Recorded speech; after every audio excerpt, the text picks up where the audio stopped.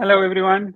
My name is always Asmal. Welcome to another episode of Tooways to Skin a Cat, a show where we talk career experiences, entrepreneurship, and investments. The main aim is to show that there's more than one way to be successful other than just climbing the corporate ladder. We are live on LinkedIn and YouTube, and the show will be available on podcast by tomorrow morning. So don't forget to like, subscribe, and click on that notification bell to get automatically notified when the next episode comes out. If you are joining us live, drop a one in the comments so that we know we're not talking to ourselves, and drop a two in the comments if you're watching the recording. My guest for this week is Justice Mhizha, Chartered Accountant and Financial Manager at CPOA. His career includes 8 years in the audit environment. Justice, thank you so much for joining me today.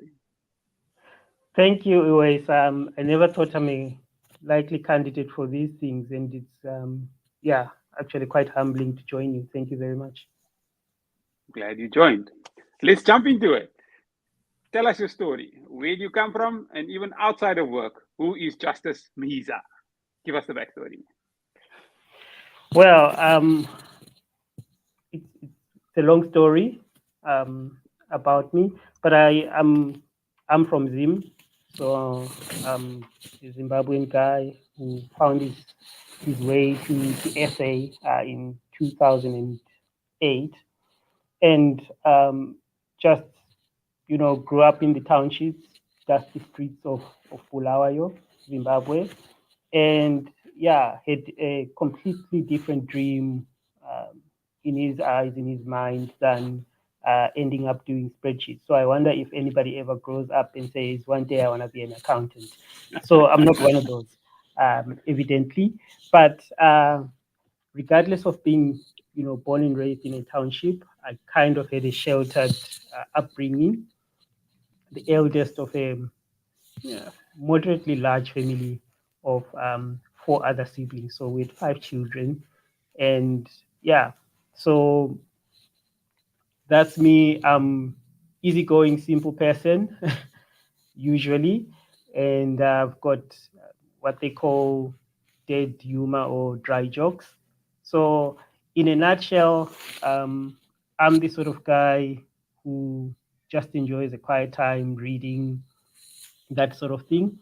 Um, Coming to Cape Town and being exposed to such, a glorious place in terms of just the options that you have, in terms of the outdoors and all of that stuff, also opened that avenue up for me. So you'll find me frequently during the weekend, finding either hiking or running, doing those sort of outdoorsy things that I didn't grow up being exposed to. So that's the that's the me behind the kind of in the office desk bound person.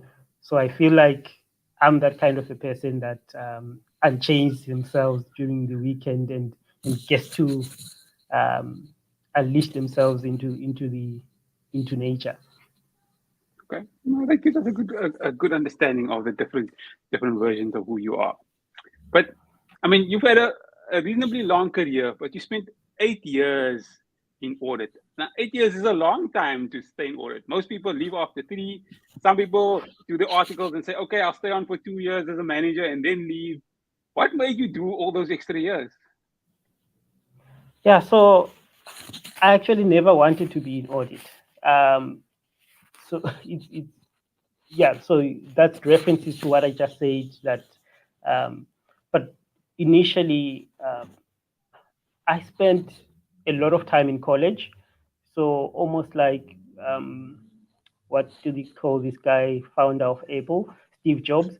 So I spent a lot of time in college finding myself.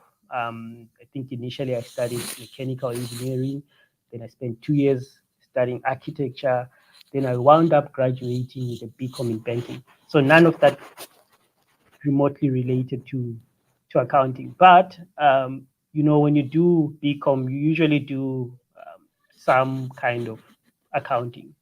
And when I did accounting, the one they call accountants, accounting for non-accountants, which is the simple accounting module that everybody picks up. And then there's financial accounting for the hardcore people that do, you know, the BCom accounting stream. So I chose the other one. And lo and behold, I got a distinction in that. And then I got a lot of people encouraging me, why don't you do accounting? And I was like, no, I'm not interested. The interest was to do venture capital, help, build and seed and fund small up and coming companies. So for a while, I worked a short time in microfinance, doing that, but at much smaller scale. So when I came across to SA, that was kind of the dream, and I started, putting CVs across, and I kept being told, "But are you a CA?" And then I was, "What is that?" So you can see I had no clue whatsoever what that there were CAs out there, and okay, so I decided, okay, what do I need to become a CA? I was told we have to do articles. Applied, got a place to do articles, and did articles. And I think somewhere in between, I realized, but this stuff is actually interesting. So that's how I ended up doing accounting, and how I ended up staying so long is a lot of people love to hate auditing, and I think you kind of looked at with funny expressions when you express interest in auditing, when you kind of fascinated by the process and the insights.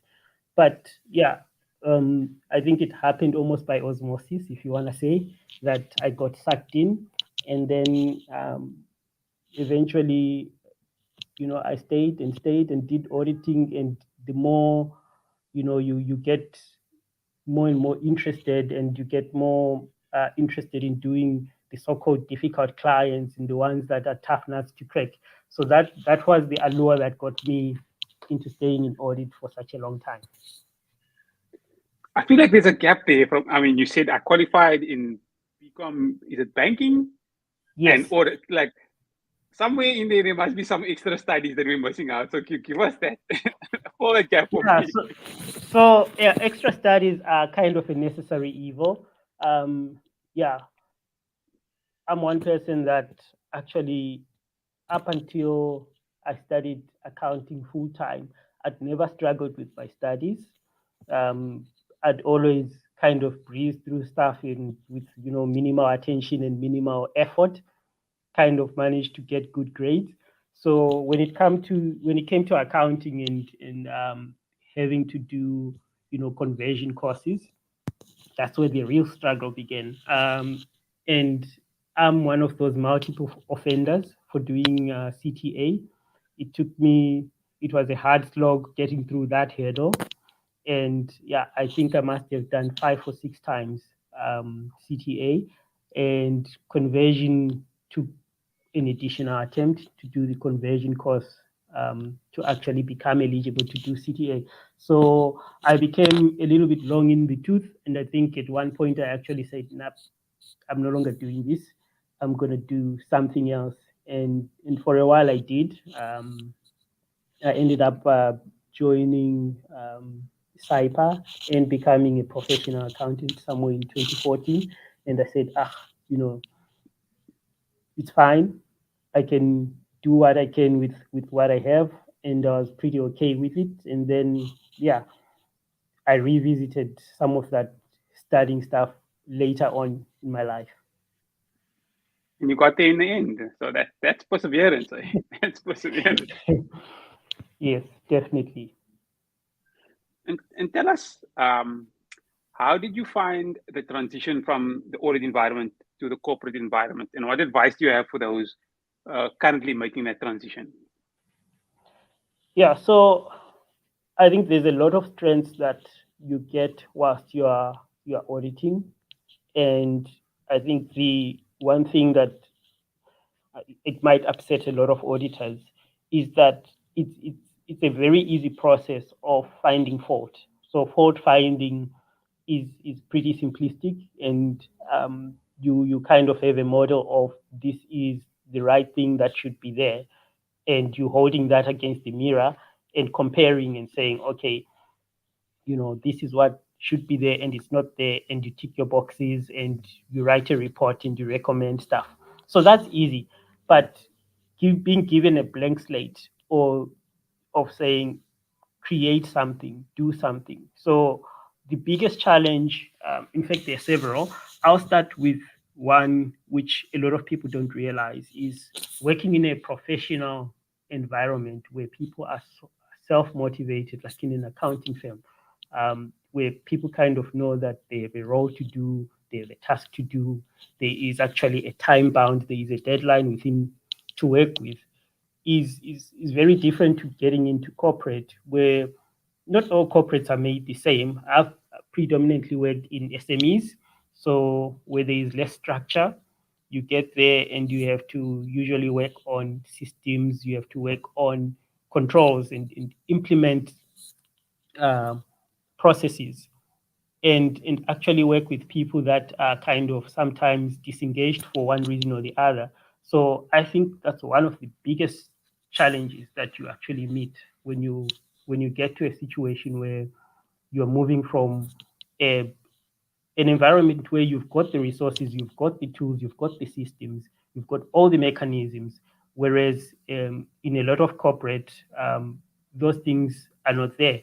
And then on top of that, sometimes the secondary one is that there's an assumption that you are the brain's trust. So you've arrived there, maybe you've got fancy qualification or you've got a degree, therefore you are, the buck stops with you. You kind of know everything there is to know. And if somebody asks you something and you don't have the answer, that's calamity. Whereas in an audit environment, you've got those layers where you've got, sometimes you have a technical department that will handle the complicated technical stuff. Sometimes you have structures such as senior partner, or you have actually someone who externally reviews your work. Whereas in corporate, all some of those things are not existing. So that's kind of my two broad and big challenges that I can say um, differentiated audit and corporate for me. And any advice for people making the change? Yeah, so I think the advice is that um, one, you need to breathe. I think a lot of people mention that you need to breathe, and you need to actually know that the accounting sometimes becomes secondary in a corporate situation. So we all know our debits and credits, and you know, and if if all things get crazy, you can always process journals. But what becomes more important is knowing your role within the business and giving value within that business. So and how you do that is you engage with the critical people within the business. So you have to identify that you are a resource to the business and which areas of the business actually are key for you to interact with, for you to give support, for you to give, you know, your services as the accountant. Is it the operational side that needs you?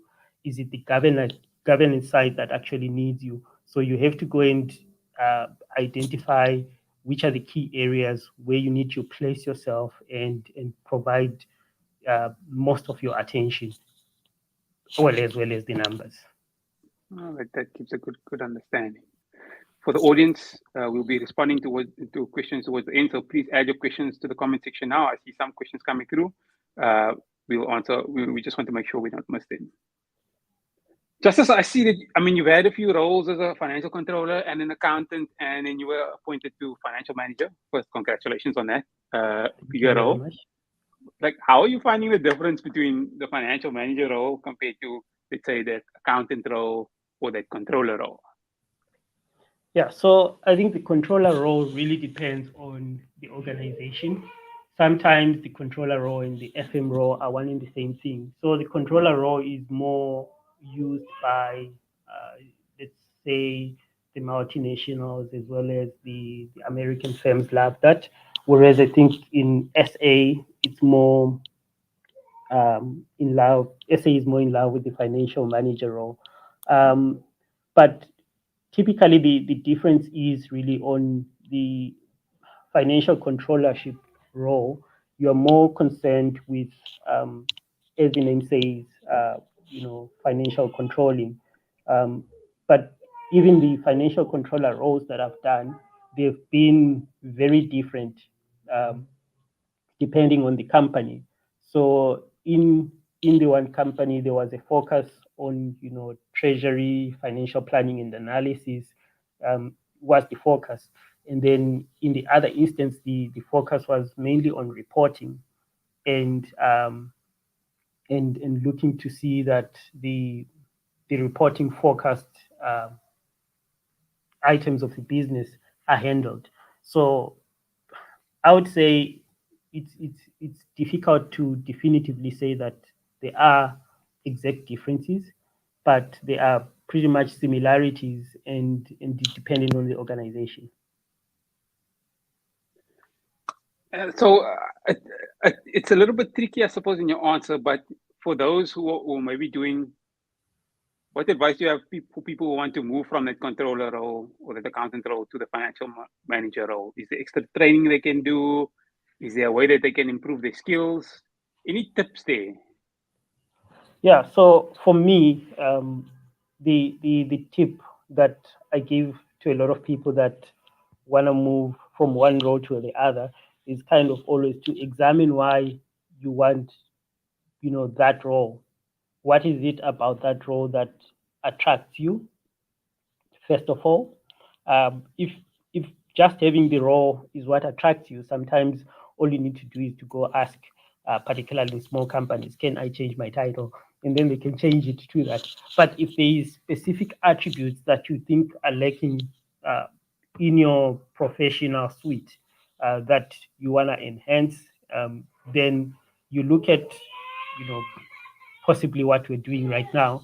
You look at somebody else who's doing that role and say, okay, what is it that I would need to do to transition from here to there? So, if, for example, um, you you're not having dealing with treasury, for example, you're not doing your budgeting, your forecasting, that kind of stuff on a regular basis, then you ask to help to get exposure to that aspect.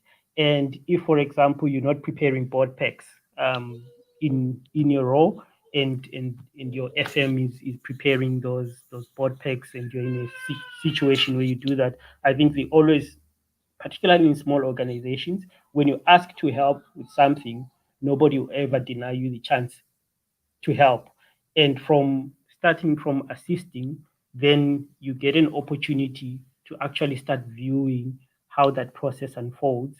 And you get also, especially if you're studying or just finished studying, you are fresher, you have more recent information, and perhaps you can actually work the longer hours that some senior people cannot do. So it's always being given an opportunity, first on a trial basis, and then using that as kind of an opportunity to learn.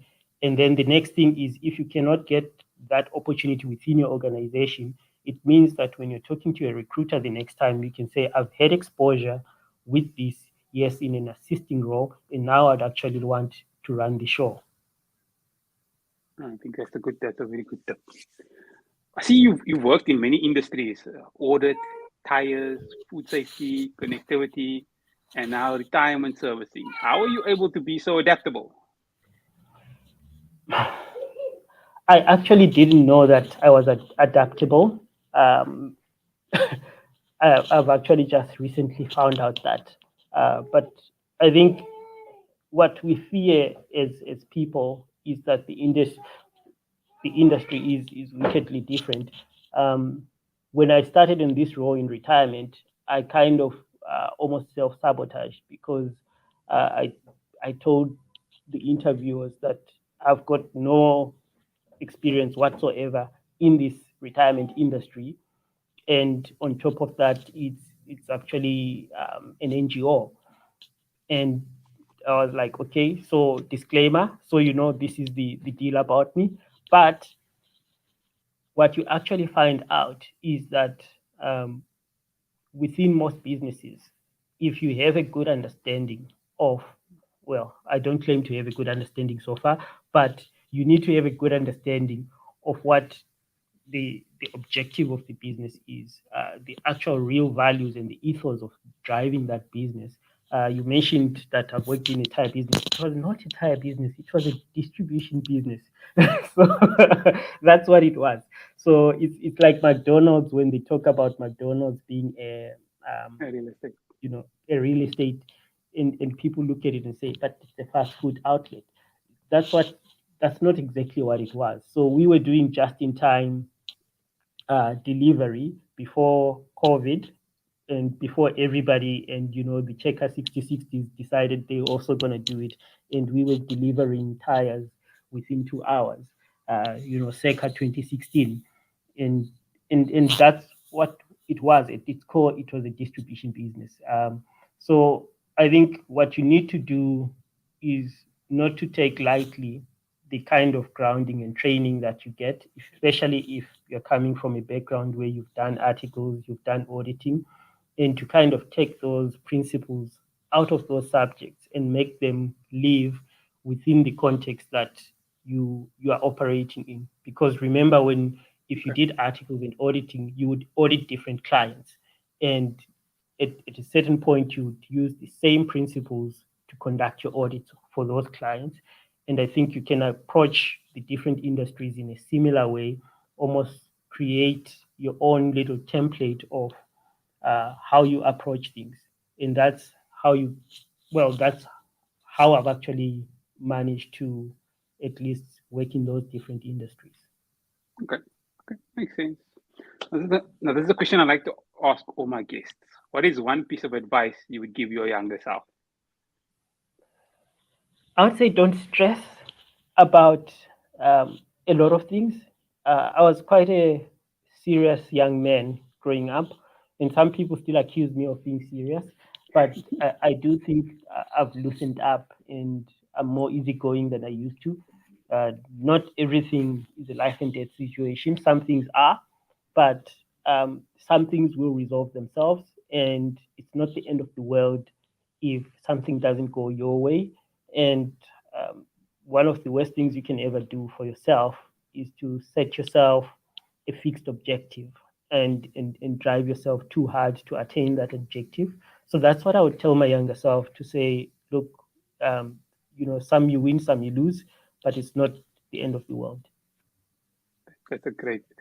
That's some great advice. Let's go through questions and see if there's anything coming. A lot of the comments are just people enjoying the show. We've got a question from Farahi who says, "What motivated you to get back on the CA route? Because I mean, you, as you mentioned, you took a step back, but you came back and you got through. So give us that story." Yeah, so this one is, I'll try and be as honest as possible. But I actually felt, being a non-CA, there was actually nothing differentiating me from a CA in terms of knowledge, competence, and all of that stuff. So it would be, whether real or imagined, these kind of undercurrents that you would sense when engaging. Let's say you're engaging with the bank, or you're engaging with a stakeholder or a shareholder, where you'd kind of get, you know, somebody not seemingly skeptical either about your abilities, your intentions, and all of that stuff. So it always ended up being somebody who would be actually keen to know, are you a CA? And then I think that was the final thing that said to me, oh, okay, let's go and get this thing. And once I said, I made that decision, then everything kind of flowed smoothly. Okay, that makes sense. Any last few words from you, or anything we didn't discuss that you'd like the audience to know? Ooh, we will have to keep it short because as you know, sometimes we have a lot of views and issues. But I would like to just um, say, we know we've got this whole thing of high unemployment. And one of the reasons why my story is remarkable is that somebody just took a chance on me when I was inexperienced and didn't know the subject matter at all, and decided to give me a try. And it's particularly heartbreaking when you look these days, particularly even on LinkedIn, that a lot of people seem to want a lot for entry level jobs, and there is seemingly some reluctance on companies to actually take a chance on the youth. And it's not that I myself am doing a whole rallying cry and employing a lot of youth, but it's I'm a beneficiary of that, and I would like to encourage a lot of people, colleagues, anybody who might be listening, to say, please take a chance on young people, even if they don't have all of the requirements, and also look at the requirements. It would save us a lot more if more companies were willing to go through that process of training and trusting young people. And young people get a lot of bad stick about being lazy and all of that. I haven't personally experienced it. All the young people that I've come across seem to be energized, seem to be motivated, and seem to be actually hungry, to get to the next level.